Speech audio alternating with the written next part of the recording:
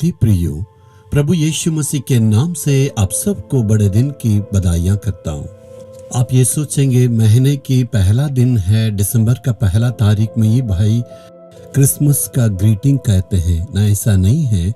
विश्व भर में दिसंबर महीना की पहला तारीख में ही सारे लोग जो है इस पर्व को मनाने के लिए तैयारी करते हैं। इसलिए पहले ही मैं आपको बधाई करना चाहता हूँ। ये महीने की पहला दिन है, दिसंबर महीना की पहला तारीख में सारे विश्व भर में लोग इस क्रिसमस को मनाने के लिए सारे देश के लोग हमेशा तैयार रहते। सारी भाषा बोलने वाले, सारे जाति के लोग, किसी भी देश के लोग और आदिवासी, सारे इतने सारे लोग प्रभु की इस बड़े दिन के मनाने के लिए तैयार रहते हैं। कारण है वो प्रभु यीशु मसीह पूरी दुनिया को उद्धार करने के लिए पैदा हुआ था। मनुष्य को उद्धार करने के लिए यीशु मसीह जन्मा। यीशु के लिए बहुत सारा नाम दिया गया। यीशु उद्धार करता, मसीहा सबको रक्षा करने वाले, शांति का प्रभु, अनंत काल का पिता, इस प्रकार बहुत सारे नाम दिया गया। उसमें वादा के रूप में परमेश्वर का नाम का आज अध्ययन करेंगे। मत्ती पहला अध्याय का 23वें वचन में, देखो एक कुंवारी गर्भवती होगी और एक पुत्र जनेगी और उसका नाम इमानुएल रखा जाएगा। इमानुएल का नाम का अर्थ परमेश्वर हमारे संग रहता। आज प्रभु आपसे कहने के लिए चाहते हैं, मेरा बेटा मेरी बेटी, मैं तुम्हारे संग रहूंगा। यीशु कहता है मैं तुम्हारे संग रहूंगा। इमानुएल का मतलब है परमेश्वर हमारे संग है। इस वचन का मतलब है परमेश्वर मेरे संग, मेरे अंदर रहता। कहीं चर्च में, प्रार्थना का भवन में, जहाँ कहीं भी मैं प्रार्थना करता हूँ वहां पर वो उपस्थित होते, ये मतलब नहीं है। मेरे अंदर वो मेरे साथ रहने वाला परमेश्वर है। वही परमेश्वर आज हमसे कहते हैं, तुम्हें डरने की आवश्यकता नहीं है। मैं इम्मानुएल के रूप में मैं तुम्हारे संग संग रहूंगा। संग संग रहने का कारण क्या है? प्रभु हमारे कंधे पर हाथ लगा के कहने के लिए चाहते हैं, मैं तेरे पिता के रूप में, तेरे माता के रूप में, तेरे भाई बहन के रूप में, तेरे साथी के रूप में मैं तुम्हारे संग रहने के लिए चाहता हूँ। इस दुनिया में मानव पाप करने के चलते उनके दिल में बोझ था, वो परेशान थे, वो निराश थे, वो अकेले थे, उनके सहारा के लिए कोई नहीं था।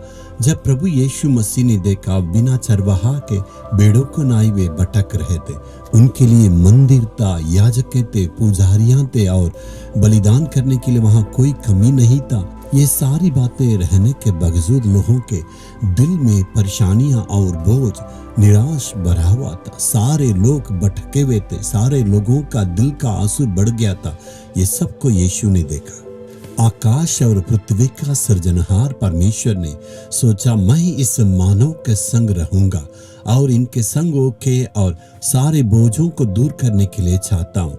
इसीलिए प्रभु यीशु मसीह इस दुनिया में मानव के रूप में आया और कहता, मैं तुम्हारे संग रहूंगा, ना केवल वास करूंगा, तेरे कमी को दूर करके हमेशा तेरे संग संग रहने के लिए चाहता हूँ। वो परमेश्वर आज हमसे कहते हैं, मेरा बेटा मेरी बेटी, तुम्हें कभी भी नहीं डरना, मैं तुम्हारे संग हूँ।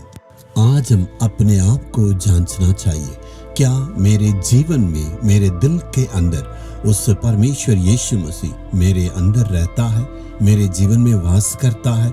अपने आप को आज हमें पूरे दिल से जांचने की आवश्यकता है।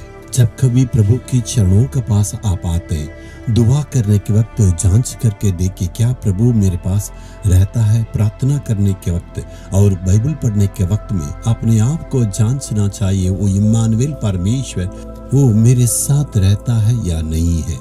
यदि वो परमेश्वर हमारे संग है तो वो सब कुछ संभालेंगे। वो कहेगा, मैं तुम्हारे संग हूं ना, तुम्हें डरने की आवश्यकता नहीं। इसलिए हमें किसी भी वस्तु के बारे में चिंता नहीं करना है, क्योंकि इम्मानुएल परमेश्वर मेरे संग होके सारी कमियों को दूर करने वाला है। इसलिए पूरे विश्वास से हमें कहना है, मेरे संग रहने के लिए प्रभु यीशु तू मानव के रूप में आया है। आप कैसे कहना है, यीशु तू मेरे संग रहता है तो इसलिए मेरे दिल में इतना आनंद है। मैं अपनी व्यक्तिगत प्रार्थना में कहता हूँ, हे परमेश्वर, तू मेरे संग रहता है, मेरे साथ साथ चलता है और मेरे जीवन में तू काम करता, इसलिए मैं आपको धन्यवाद करूँगा। तू मेरे अंदर वास करता, मेरे भक्ति के चलते और मेरे आराधना के चलते नहीं, मेरे पवित्रता के चलते नहीं, तू ही प्रभु मुझे पवित्र करके मेरे दिल में वास करने के लिए इम्मानुएल के रूप में है। यदि इसी विश्वास से कहेंगे, आप आनंदित रहेंगे, अपने दिल पर हाथ रख के हम कहेंगे, हे प्रभु, इम्मानुएल के रूप में तू मेरे अंदर वास करता है, मैं धन्यवाद देता हूँ। तू मेरे साथ होके मेरे सारे बोझों को दूर करने वाला परमेश्वर है, इसलिए आज आपको हम धन्यवाद देते हैं प्रभु, पूरे दिल से आपको स्तुति करते हैं। स्तुति वो यीशु के नाम में, आमीन।